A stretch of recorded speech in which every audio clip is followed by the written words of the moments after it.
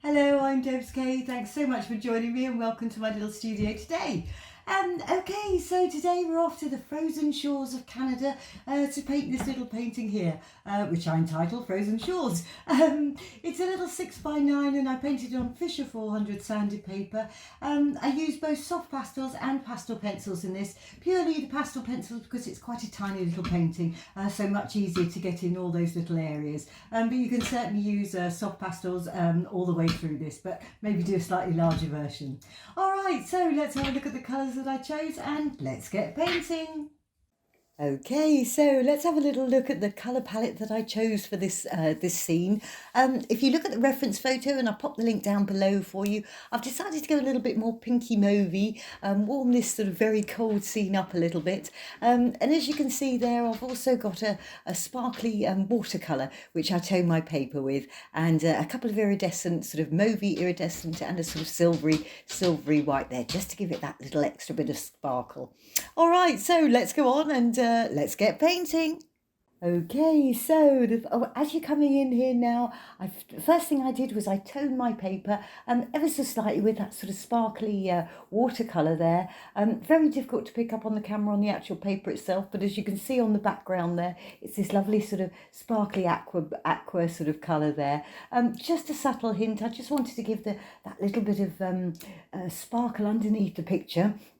It was such a beautiful picture I found over, or photo I found over on PaintmyPhoto, courtesy of a gentleman called Claude Butt. Thank you so much for sharing this gorgeous image with us. I've put the link down in the description below for you if you fancy having a go at painting along, or you'll find it difficult to paint along at this speed, but if you fancy having a go at painting this gorgeous scene, please pop on over to PaintmyPhoto and download the photo reference for yourself.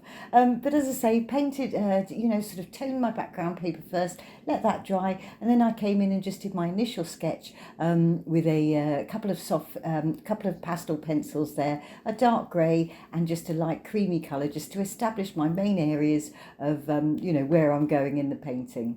And then you've seen the very first thing I did was come in with that very deep dark red, and then I'm coming up the value scale, basically pulling all my colours together to give myself a nice underpainting and a nice something to work off of. And I've used 4 or 5 different values there, these lovely sort of pinky mauvey colours. If you do look at the reference photo, you'll see actually the reference photo is a lot more sort of bluey greys, but I decided it was a cold scene, but I wanted to warm it up a little bit. I want to give it that nice sort of crisp, snowy feel, or sort of frozen feel, but I just wanted it to be a little bit warmer, and I love this sort of colour combination of pinky mauves, one of my favourite combinations, so I thought I'd have a go at doing it in these colours. But obviously, you can you choose whatever colours you fancy. It's a really beautiful image, and it was a lovely painting to paint, very tranquil scene, and just had a stillness about it, which was really lovely.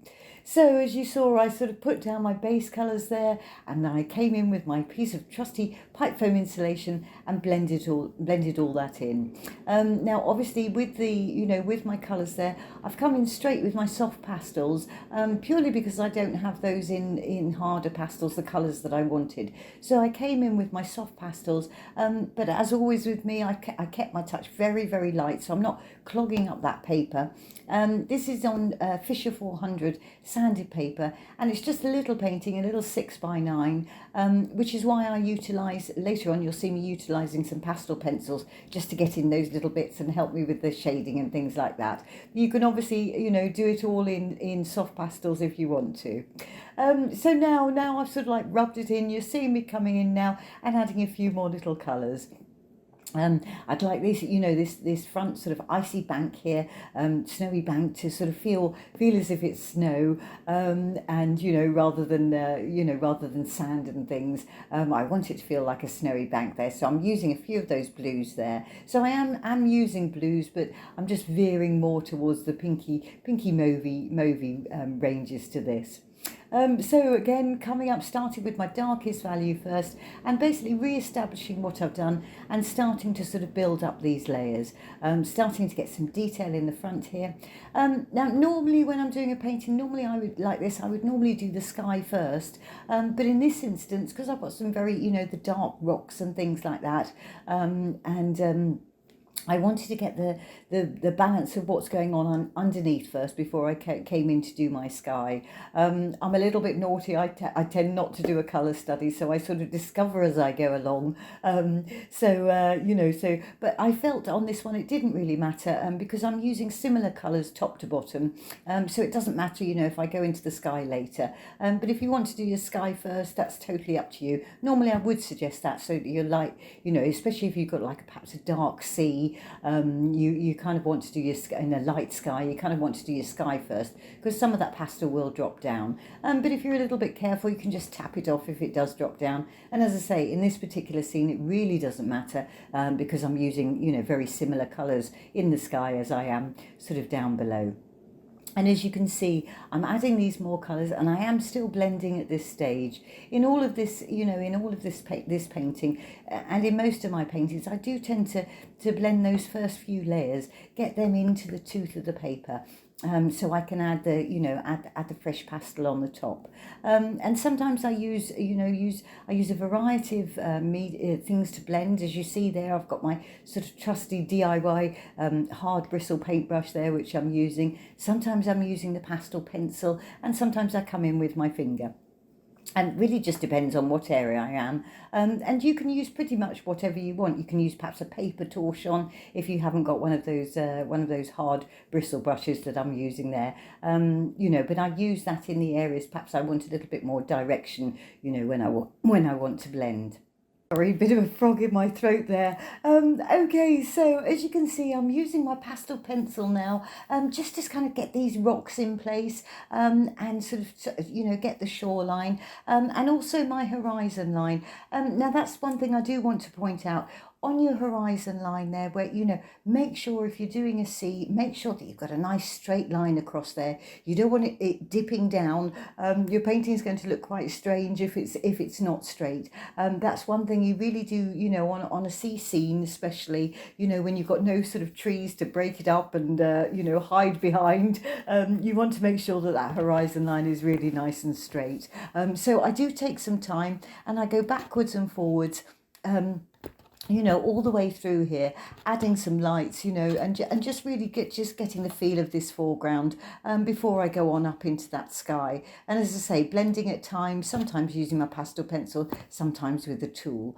But I'm not going to do all the detail at the moment down here, but I do want to give myself a good feeling of the balance of colour that I want going on. And, sort of introducing a few light colours there around that horizon. Basically, I'm looking at my reference photo, paying quite good attention to this. Whilst I've changed the colours up a little bit, I did really enjoy the reference photo. So I do want to keep it sort of along similar lines. And obviously, as I always say, it has a lot of information there. So, you just as well use it. So I am doing that.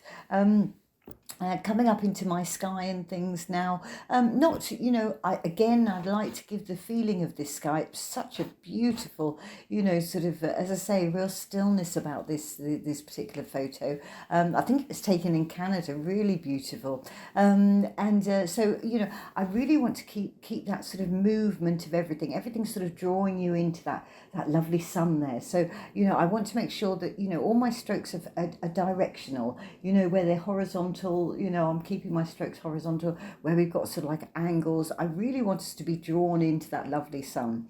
Now at the moment you see me, I'm putting in it's quite a strong yellow, and it's too strong for the painting, but I want to get that underneath what's going on, in the sun. I come in and lighten that up later, but I want to give a nice warm feeling to that sun against the coolness of everything else. So, using that sort of lovely sort of buttermilky yellow there. And as I say, I'll come in, I'm now sort of going back up into my clouds, adding a little bit more colour there, and then I'm going to see how that sun goes and lighten it up. But as I say, want that nice richness behind it. But at the moment it kind of looks, oh gosh, that's a little bit strange. It's a bit strong, but don't worry, I do come in and lighten that back up. So I'll let you watch me sort of bring this sort of, painting to this next stage, really, getting in all my basic colours, and then we'll sort of go back in and start adding some more detail and things.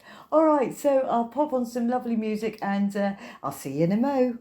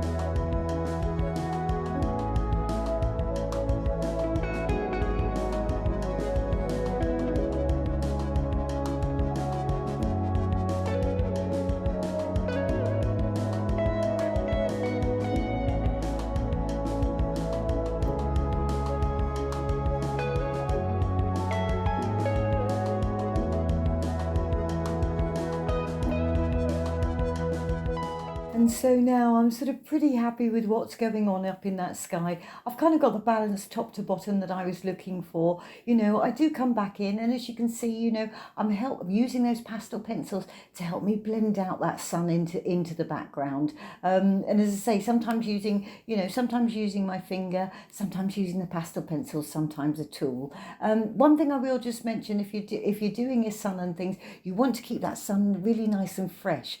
So be careful if you're using your finger, for example. You know, I just tend to wipe my finger off on a little towel that I've got, you know, just a little hand towel that I've got at the bottom of my easel here. And you know, if I'm sort of putting my finger into the darker areas, I'm making sure I just wipe it off before I go back into that sun, because we're using sort of blues and mauves and things, and if you get that too much in those yellowy tones, you're going to end up with it a little bit muddy. So take a little bit of care when you're blending, you know, blending out there, you know, that you're not sort of introducing too many more colours.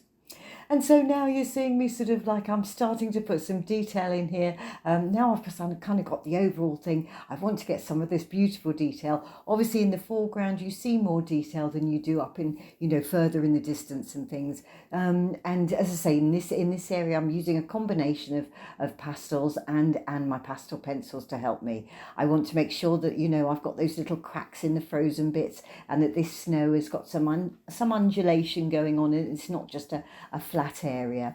Now, you know, obviously you can take your painting as far as you want to and be as detailed or as loose as you would like it to be. You know, it's really a personal thing, but I'm a lover of detail, and you know, this is the part of the painting that for me personally I absolutely love and you know, adore doing all these finishing bits. But you know, as I say, we're all different and we all like to take things as far as we want to. So you know, basically everything you've seen is it's all there, and it's really how far you would like to take it.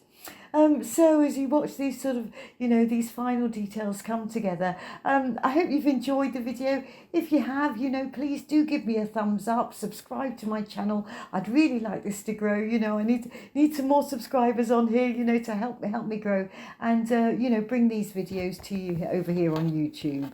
And obviously if you want to, you know, take a little bit of gentle time over this New Year's period and quieten down and paint along with me, I've got the full-length version over on my Patreon page, so please do consider joining me over there. Obviously I slow down and we go through things a little bit more step by step, and you can paint along with me, and it would be so lovely if you do come and join me. Alright, so I'll let you watch these sort of like finishing details come together, and I'll see you in a mo.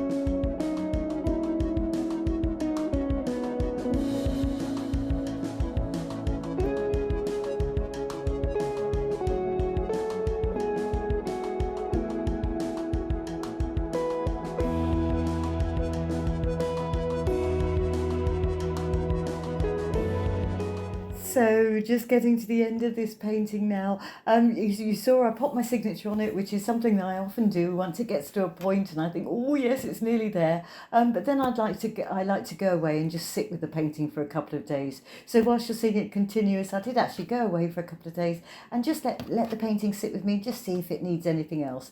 And as you can see, I'm just coming in and doing a couple of little finishing bits. I thought, yes, I just want to, that's a little bit heavy there, or, things like that. But I suggest you do that with your painting. Just let it sit and then you'll just know, so that you're not in danger of sort of overworking it, which is very easy to do. So let it sit with yourself and, then come back and, sometimes it doesn't need anything. Sometimes it does, as in this case, I just wanted those couple of little extra bits. But I'm really happy with the painting. I really enjoyed doing it.